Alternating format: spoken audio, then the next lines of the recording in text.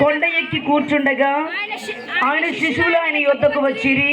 అప్పుడు ఆయన నోరు తెరిచి ఇలాగు బోధింపసాగెను, ఆత్మ విషయమై దీనులైన వారు ధన్యులు, పరలోక రాజ్యం వారిది. దుఃఖపడు వారు ధన్యులు, వారు ఓదార్చబడతారు. చాలండి.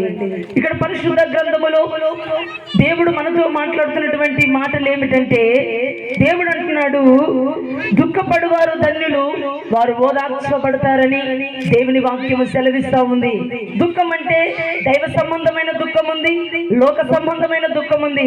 కానీ దేవుడి రాత్రి మనతో మాట్లాడుతున్నటువంటి ఆ యొక్క విషయాలు ఏమిటంటే, ఆత్మ సంబంధమైనటువంటి దుఃఖము గురించి ప్రభు ఈ రాత్రి మనకు బోధించటానికి, ఈ రాత్రి దైవ సంబంధమైనటువంటి దుఃఖము గురించి మనకు తెలియచేయటానికి పరిశుద్ధాత్మ దేవుడు మన మధ్యలో ఉన్నారు గనుక మీరు జాగ్రత్తగా దేవుని వాక్యాన్ని వినాలని ప్రభు నామములో తెలియచేస్తూ ఉన్నాము. అందుకే దేవుడు అంటున్నాడు, దుఃఖపడు వారు ధన్యులు, వారు ఓదార్చబడతారు. అది ఏ దుఃఖము? 2 కొరింథీయులకు రాసినటువంటి పత్రిక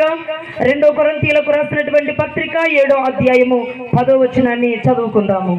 2 కొరింథీయులకు రాసినటువంటి పత్రిక 7వ అధ్యాయము 10వ వచనం. దైవ చిత్తానుసారమైనటువంటి దుఃఖము రక్షణార్థమైనటువంటి మారు మనసు కలుగు చేయును.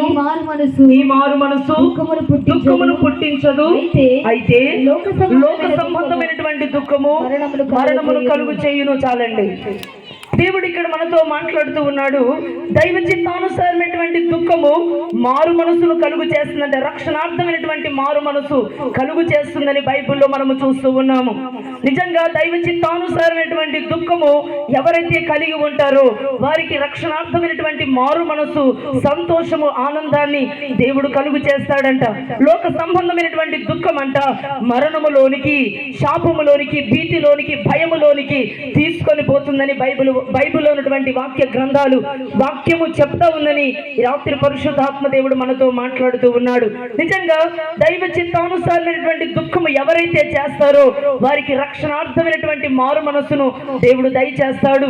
ఎవరైతే లోక రీతిగా దుఃఖపడతారో వారు మరణాన్ని పొందుకుంటారు, భీతిని పొందుకుంటారు, భయాన్ని పొందుకుంటారని బైబిల్ చెప్తున్నటువంటి మాటలు. అందుకే ఆది కాండం నుండి ప్రకటన గ్రంథం వరకు మనము చూసినట్లయితే, మన పితరులైనటువంటి వారిని, మన భక్తులైనటువంటి వారిని మనము చూసినట్లయితే, దైవ చిత్తానుసారమైనటువంటి దుఃఖపడినటువంటి వారి జీవితంలో ప్రభు చేసినటువంటి కార్యాలు ఎలా ఉన్నాయో, లోకానుసారమైనటువంటి లోకరీతిగా దుఃఖపడినటువంటి వారి జీవితాల్లో ప్రభు ఏ కార్యము చేశాడో మనము స్పష్టంగా దేవుని వాక్యంలోనికి వెళ్ళి మనము తెలుసుకోవాలని ఈ రాత్రి పరిశుద్ధాత్మ దేవుడు మనకు తెలియచేస్తూ ఉన్నాడు. అందుకే మొదటి సాముయేలు గ్రంథము 1వ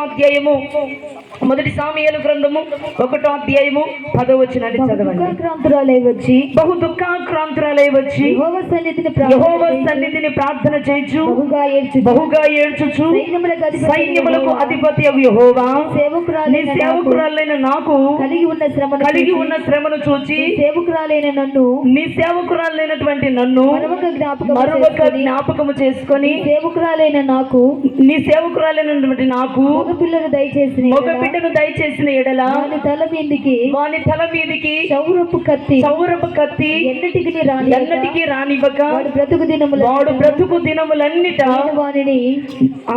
నేను వానిని యెహోవానగు నీకే అప్పగిస్తానని హన్న మొక్కుకుందంట. హల్లెలూయా చెప్పాలి గట్టిగా, హల్లెలూయా.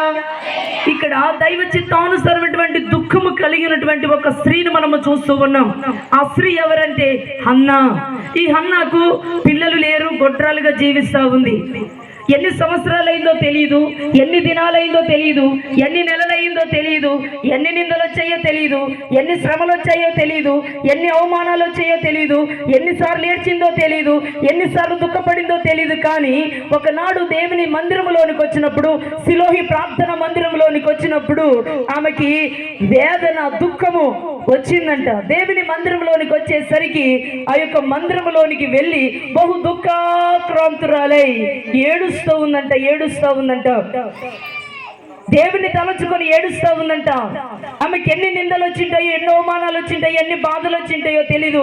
అవన్నీ జ్ఞాపకం వచ్చాయేమో తెలియదు. కానీ షిలోహి ప్రార్థన మందిరంలోనికి వెళ్ళి ఆమె బహు దుఃఖాక్రాంతురాలై దైవ చిత్తానుసారమైనటువంటి దుఃఖము కలిగి బహు దుఃఖాక్రాంతురాలై షిలోహి ప్రార్థన మందిరములో ఏడుస్తూ ఉంటే ఆమె అంటా ఉంది, నీ సేవకురాలైన నన్ను మరొక జ్ఞాపకము చేసుకొని నాకు కలిగి ఉన్న శ్రమను తొలగించితే, నాకు ఒక మగ బిడ్డనిస్తే, మగ కుమారునిస్తే, వాడు బ్రతుకు దినములన్నిట నీ మందిరములోనే నీ సేవనే చేస్తాడు అని నేను మొక్కుకుంటున్నానని ప్రార్థన చేసుకుందంట. హల్లెలూయా, చెప్పాలి గట్టిగా హల్లెలూయా.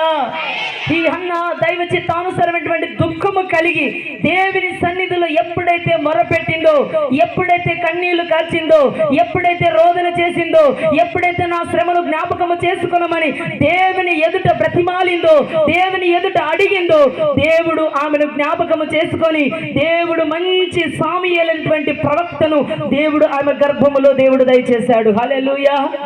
నిజంగా దైవ చిత్తానుసారమైనటువంటి దుఃఖము రక్షణార్థమైనటువంటి మారు మనసులోనికి తీసుకొని పోతుంది.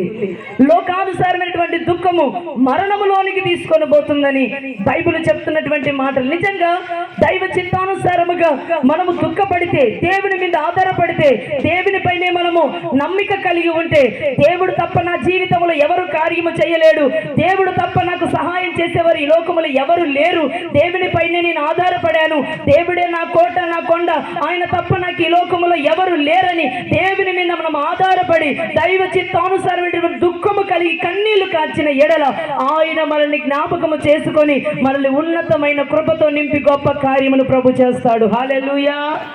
నిజంగా షిలోహి ప్రార్థన మందిరంలోనికి హన్నా వెళ్ళి, షిలోహి ప్రార్థన మందిరంలోనికి గొడ్రాలైనటువంటి హన్నా వెళ్ళి బహు దుఃఖాక్రాంతురాలై ఏడుస్తూ, దేవాని సేవకురాలైనటువంటి నన్ను మరొక జ్ఞాపకము చేసుకొని నాకు ఉన్న శ్రమను తొలగించిన ఎడల, నాకు ఒక మగ కుమారునిచ్చిన ఎడల, వాడు బ్రతుకు దినములన్నిట వాని తలపైకి మంగళ కత్తి రానివ్వకుండగా వాడు నీకే ప్రతిష్ఠుడై వాడు చనిపోయేంత వరకు నీ సేవే, నీ పనే, నీ మందిరంలోనే ఉండి చేస్తాడని ఆమె బలమైన తీర్మానం చేసుకొని మొక్కుకొని ఇంటికి వెళ్ళిపోతే దేవుడు ఆమె పట్ల గొప్ప కార్యమును ప్రభు చేశాడు. హల్లెలూయా.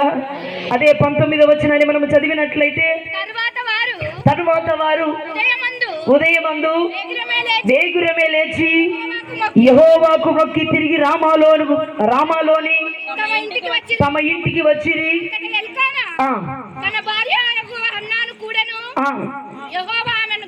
యెహోవా హన్నాను జ్ఞాపకము చేసుకునేను గనుక అన్న గర్భము ధరించి దినములు నిండినప్పుడు ఒక కుమారుని కని నేను యెహోవాకు మొక్కుకుంటిని, వీనిని అడుక్కుంటిని, వానికి సాముయేలని పేరు పెట్టిందంట హన్న. నిజంగా ఎప్పుడైతే ఈమె బహు దుఃఖాక్రాంతురాలై షిలోహి ప్రార్థన మందిరములో ఏడ్చి ప్రార్థన చేసుకొని దేవునికి మొక్కుకొని వెళ్ళిపోయిందో, దేవుడు ఆమె గ్రామములోనికి వెళ్ళేసరికి, ఆమె ఇంటికి వెళ్ళే లోపలనే మందిరములో ఉన్నటువంటి ఆశీర్వాదాల చేత, మందిరములో ఉన్నటువంటి దీవెనల చేత, మందిరములో ఉన్నటువంటి ఆయన కృప చేత, మందిరములో ఉన్నటువంటి ఆయన సన్నిధిని ఆమె వెంట పంపించి ఆమె ఇంటికి వెళ్ళగానే ఆమె ముయ్యబడిన గర్భాన్ని ప్రభు తెరిచాడంట.